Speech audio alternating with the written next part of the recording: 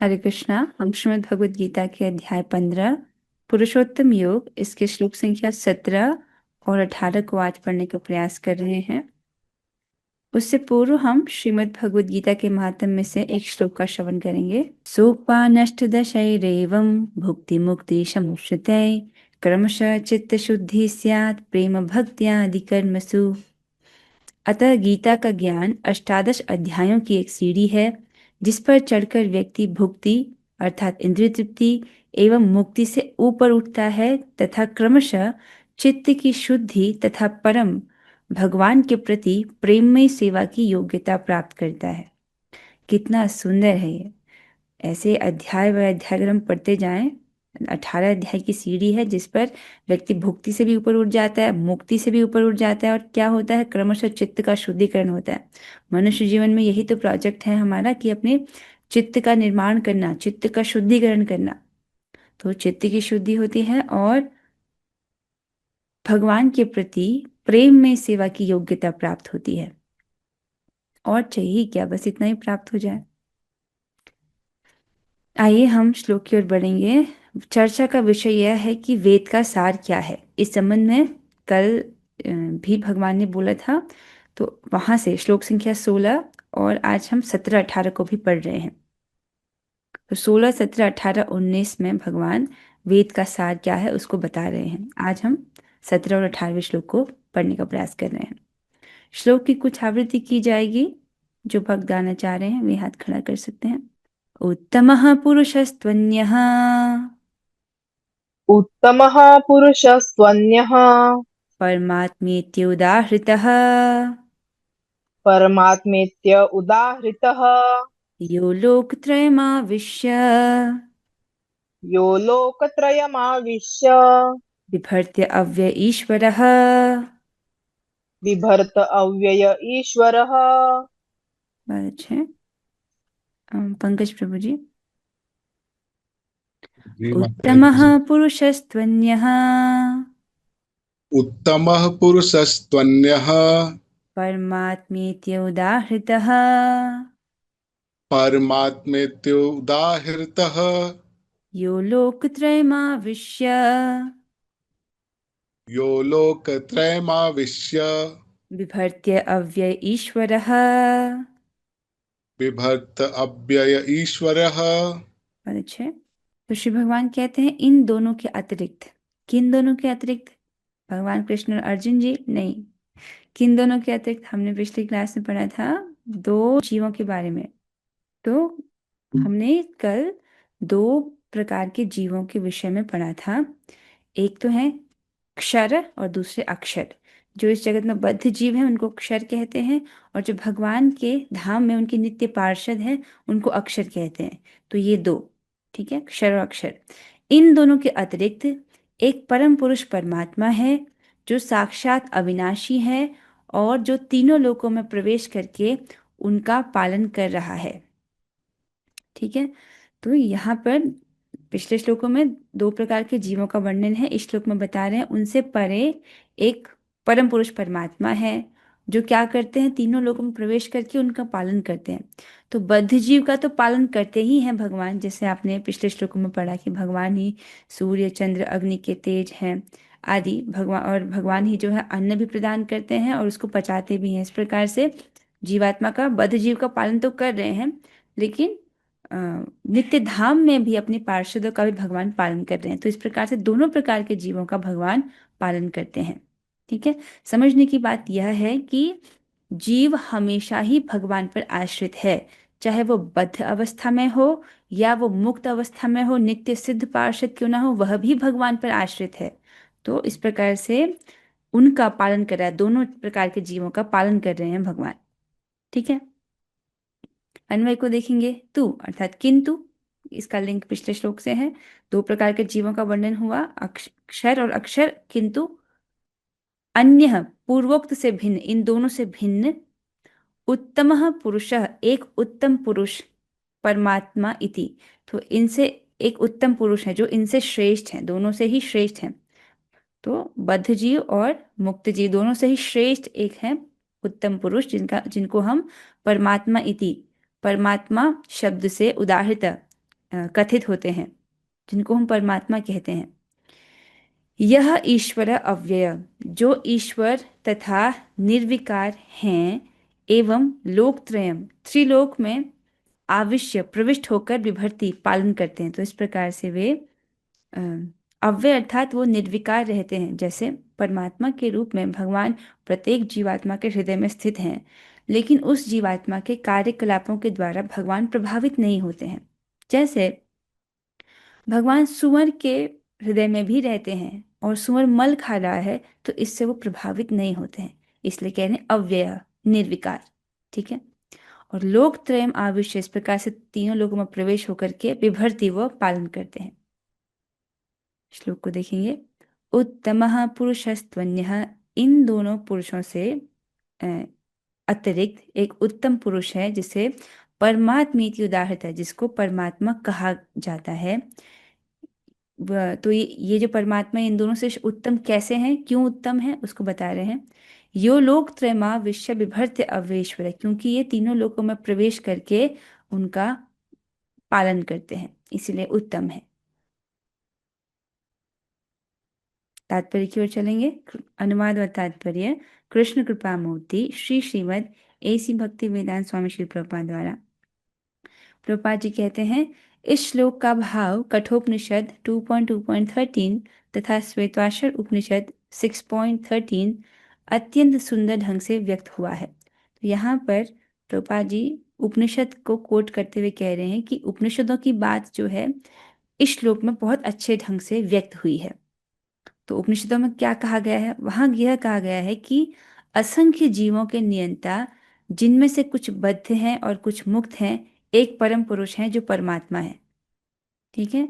तो जीव कैसे हैं, असंख्य जीव हैं, दो प्रकार के जीव हैं, नित्य बद्ध और नित्य मुक्त। तो दोनों ही प्रकार के जो जीवात्मा हैं, ये जो है इनके नियंता एक व्यक्ति है जिनको परम पुरुष कहा जाता है, जो परमात्मा है।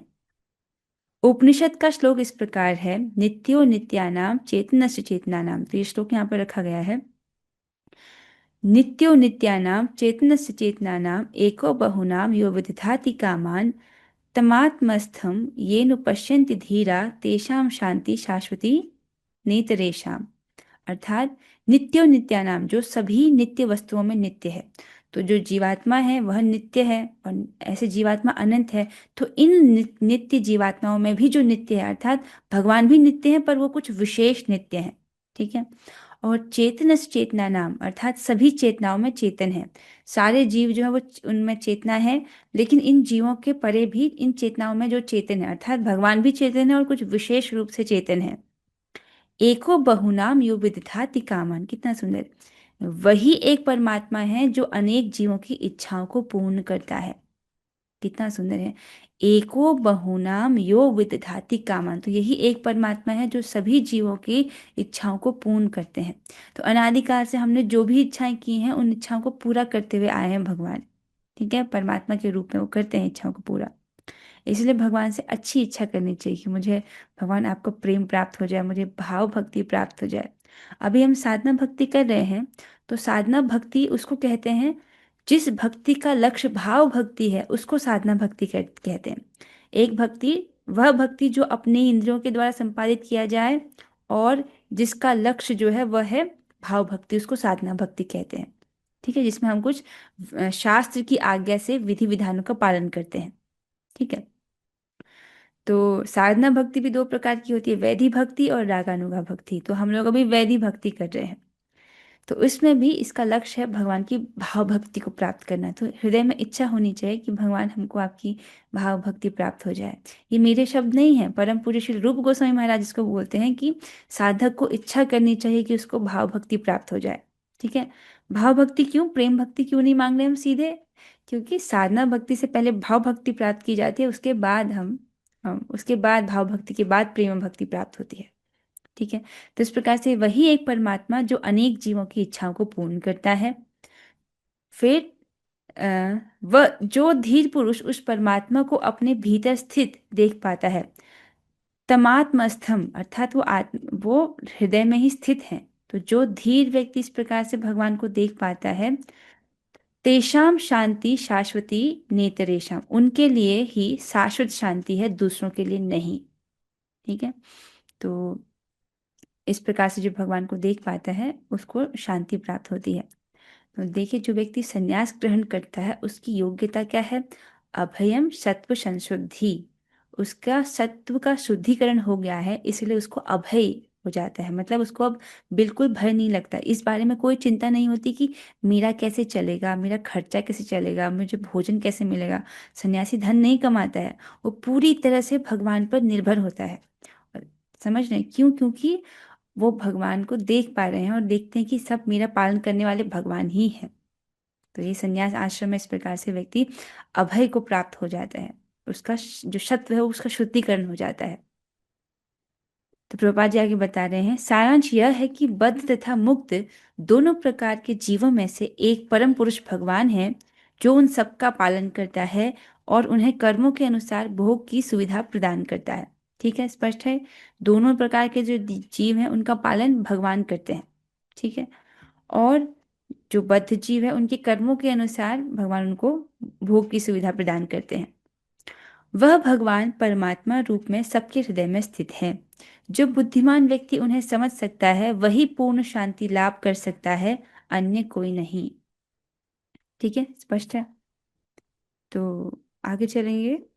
यस्मात् अक्षरमतीतो हम, यस्मात् अक्षरम् अतीतोऽहम् अक्षरादपि चोत्तमः, अक्षरादपि चोत्तमः, अतोऽस्मि लोके वेदे च अतोऽस्मि लोके वेदे च प्रथित पुरुषोत्तमः।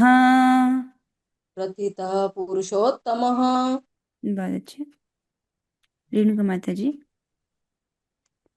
यस्मात् अक्षरमतीतोऽहम्, यस्मात् अक्षरम् अतीतोऽहम् अक्षरादपि चोत्तमः, अक्षरादपि चोत्तमः, अतोऽस्मि लोके वेदे च अतोऽस्मि लोके वेदे च प्रथित पुरुषोत्तमः। प्रथितः पुरुषोत्तमः। बहुत अच्छे। हाँ, तो शिव भगवान यहाँ पर कह रहे हैं, चूंकि मैं क्षर तथा अक्षर दोनों के परे हूँ और चूंकि मैं सर्वश्रेष्ठ हूँ, अतः मैं इस जगत में तथा वेदों में परम पुरुष के रूप में विख्यात हूँ।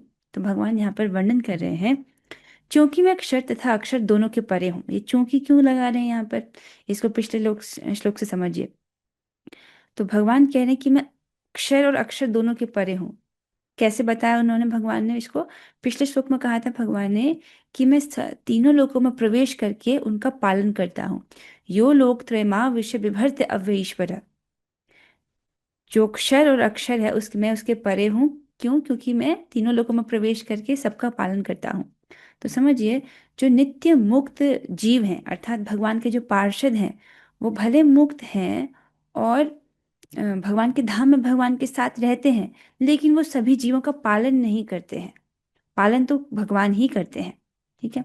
इसलिए भगवान कह रहे हैं, चूंकि मैं क्षर तथा अक्षर दोनों के परे हूँ और चूंकि मैं सर्वश्रेष्ठ हूँ, अर्थात भगवान जो है बद्ध जीव और जो नित्य मुक्त जीव हैं उन दोनों से श्रेष्ठ हैं, क्योंकि भगवान सबका पालन करते हैं। अतएव मैं इस जगत में तथा वेदों में परम पुरुष के रूप में विख्यात हूँ। ठीक है। तो वेदों में उनको परम पुरुष कहकर संबोधित किया जाता है। अन्वय को देखेंगे, यस्मात्, क्योंकि, इसका लिंक पिछले श्लोक से है, क्योंकि भगवान सभी लोगों में प्रवेश करके सबका पालन करते हैं, इसीलिए अहम अक्षरम अतीत, अतीत अर्थात मैं अक्षर और अक्षर से परे हूँ, उत्तम अर्थात श्रेष्ठ हूँ, क्योंकि भगवान सबका पालन करते हैं। यद्यपि जो नित्य मुक्त जीवात्मा है वो बद्ध जीवों से श्रेष्ठ है, लेकिन वो भगवान से श्रेष्ठ नहीं है, क्योंकि वो सबका पालन नहीं कर पाते हैं, भगवान सबका पालन करते हैं। अतः लोके अर्थात जगत में, वेदे च और वेद में, पुरुषोत्तम पुरुषोत्तम के नाम से प्रथित अस्मि प्रसिद्ध हूँ। ये बहुत अच्छा श्लोक है, बहुत इंपॉर्टेंट श्लोक है। सो भगवान यहाँ पर बता रहे हैं कि कौन है वो पुरुषोत्तम। भगवान कह रहे हैं कि मैं हूँ, अहम, अहम। तो कुछ संप्रदाय ऐसे हैं जो भगवत गीता पढ़ते तो हैं, श्लोकों को गाते तो हैं, हो सकता है वो श्लोक हमसे भी अच्छा कोट करना जानते हो, लेकिन वो कृष्ण को पूर्ण पुरुषोत्तम भगवान के रूप में नहीं स्वीकार करते। क्या सोचते हैं, कृष्ण ने गीता नहीं बोली, ऐसे सोचते हैं कृष्ण के भीतर कोई निराकार है जो गीता बोल रहा है, हमको उसकी शरण में जाना है। इस प्रकार की ऊट पटांग की बातें करते हैं लोग। लेकिन भगवान यहाँ पे स्पष्ट कह रहे हैं कि अहम पुरुषोत्तम प्रथिता अस्मि, तो मुझको ही पुरुषोत्तम जो है, पुरुषोत्तम नाम से मैं वेदों में प्रसिद्ध हूँ, स्पष्ट कर रहे हैं भगवान यहाँ पर। और इस श्लोक में जो लोके शब्द है इसका भी एक श्लेष अर्थ दिया गया है। देखो पिछले श्लोक में लोक शब्द का क्या अर्थ दिया गया था, वेद में।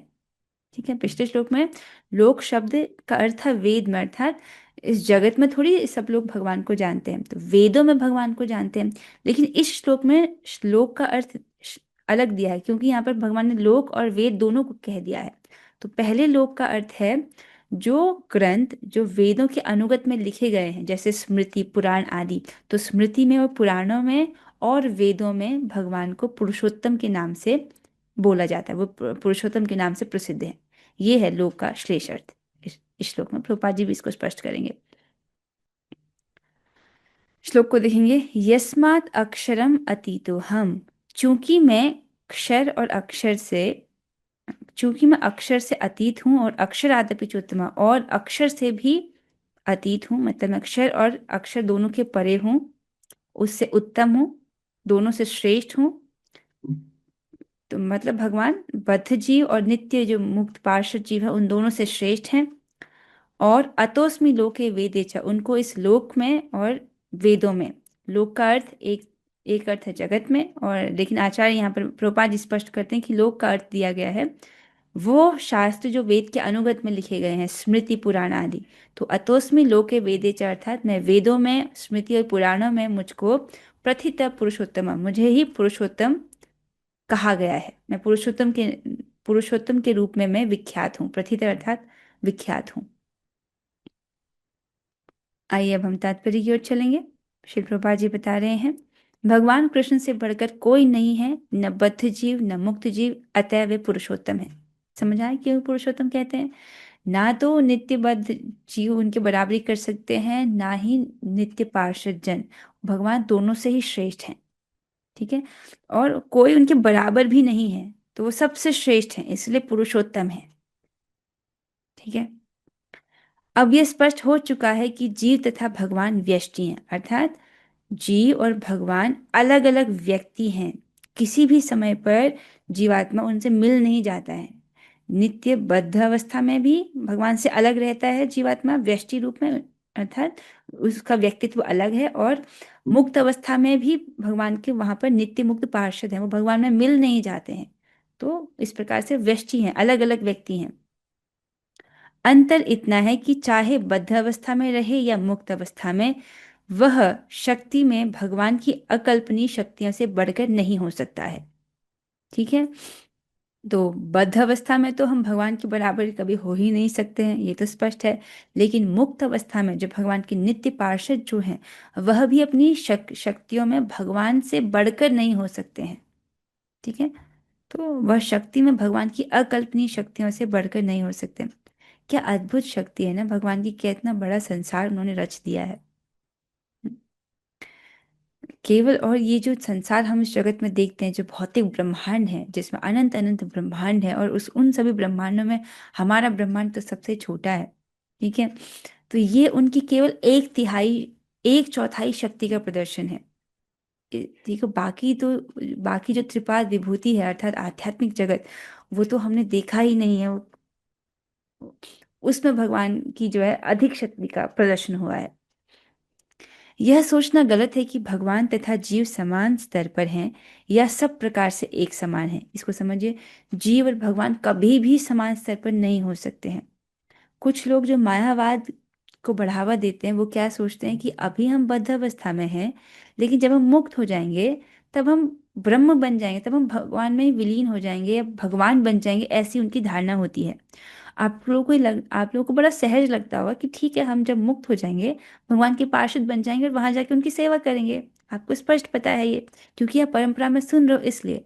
लेकिन ऐसे भी इस जगत में लोग हैं जो हैं तो स्वयं को बहुत बड़ा ज्ञानी समझते हैं, लेकिन क्या सोचते हैं, अभी हम बद्ध हैं, माया के द्वारा आच्छादित हैं, और मुक्त होने के बाद क्या होगा, ये माया नष्ट हो जाएगी और हम भगवान बन जाएंगे।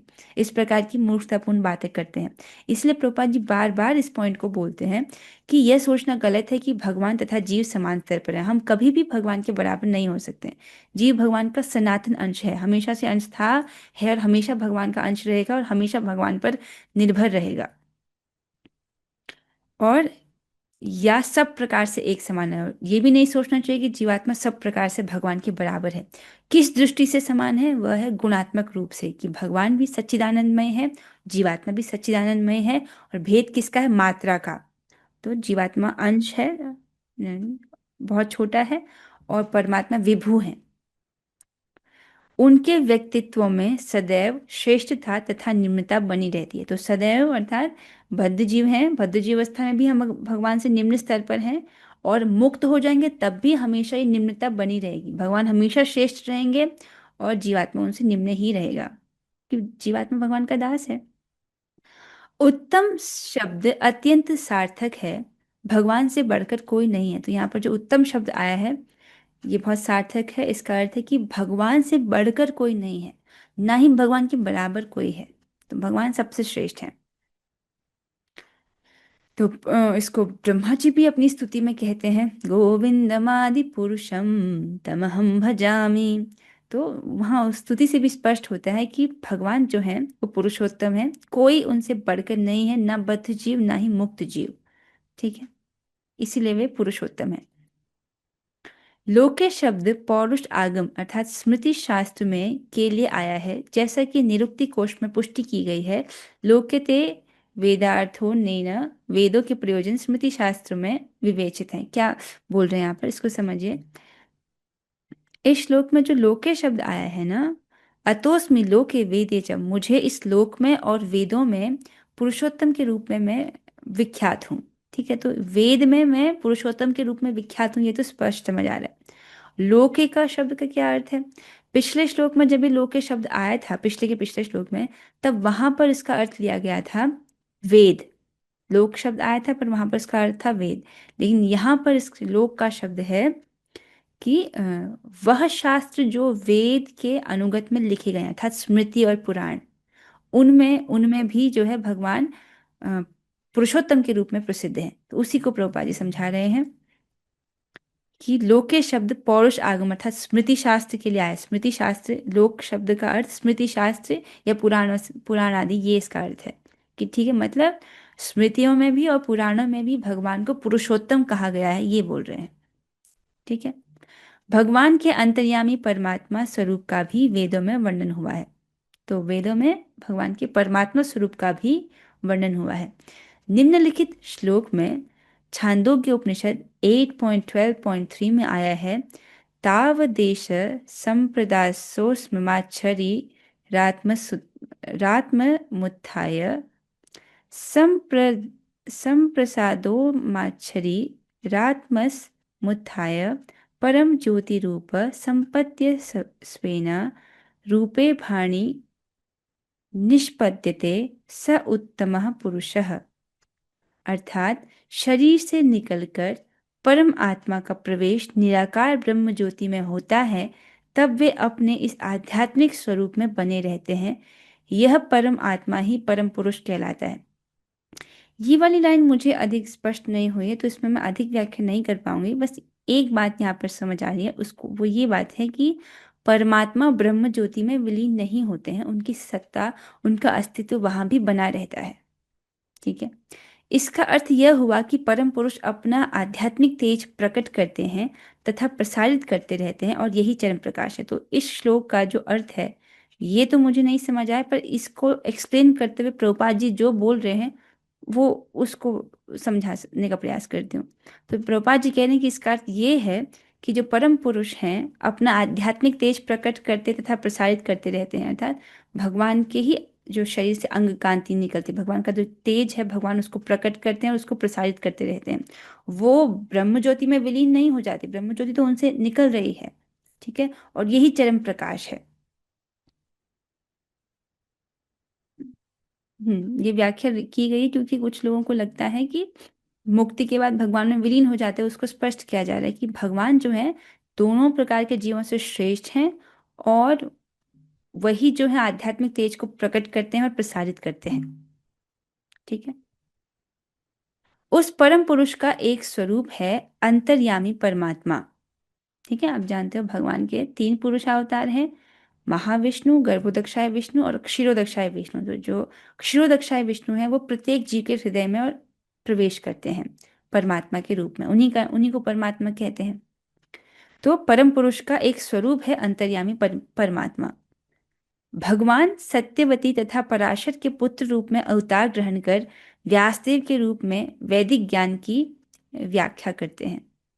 तो ये तो पिछले श्लोकों में भी भगवान ने बताया कि भगवान ही जो है वेदों के संकलन करता है। ठीक है, वेदों के संकलन करता किस रूप में है? वो वेद व्यास जी के रूप में, सत्यवती जी और पराशर मुनि जी के पुत्र के रूप में भगवान अवतार ग्रहण करते हैं और वैदिक ज्ञान की व्याख्या करते हैं। इस लाइन का कुछ लिंक था, अभी मुझे उस लिंक स्मरण नहीं हो पा रहा है, पर इतना समझ आ रहा है कि भगवान जो है व्यासदेव के रूप में वैदिक ज्ञान की व्याख्या करते हैं। इसके साथ इस श्लोक पर चर्चा यहाँ पर पूरी हो रही है। हम हरिनाम महिमा के संबंध में एक श्लोक को पढ़ने का प्रयास करेंगे, जो कि श्रीमद् भागवतम के 8वें स्कंद का 23वां अध्याय का 16वां श्लोक है, जिसको ये बलि महाराज जो है, बलि महाराज का जब यज्ञ हो रहा होता है तब वो उसमें दान देते हैं वामन भगवान को। उस समय ये जो श्लोक है, जिसको शुक्राचार्य जी कहते हैं, वो ये उसको यहाँ पर रखा गया, उसका हम अनुवाद पढ़ रहे हैं, जिसमें कह रहे हैं कि मंत्रों के उच्चारण तथा कर्मकांड के पालन में त्रुटियां हो सकती हैं। ठीक है, जब कर्मकांड किया जाता है उसमें बहुत प्रकार के यज्ञ होते हैं, उसमें उच्चारण बहुत महत्वपूर्ण है। थोड़ी सी भी उच्चारण में गलती हुई तो फल में भेद आ जाएगा। ठीक है, कुछ और फल प्राप्त हो सकता है। देश, काल, व्यक्ति तथा सामग्री के विषय में भी कमियां रह सकती हैं। किस स्थान में वो यज्ञ हो रहा है, कौन से समय में हो रहा है, कौन व्यक्ति है जो उस यज्ञ को कर रहा है, और उसमें कौन सी प्रकार की सामग्री का प्रयोग किया जा रहा है, इसमें कमियां हो सकती हैं।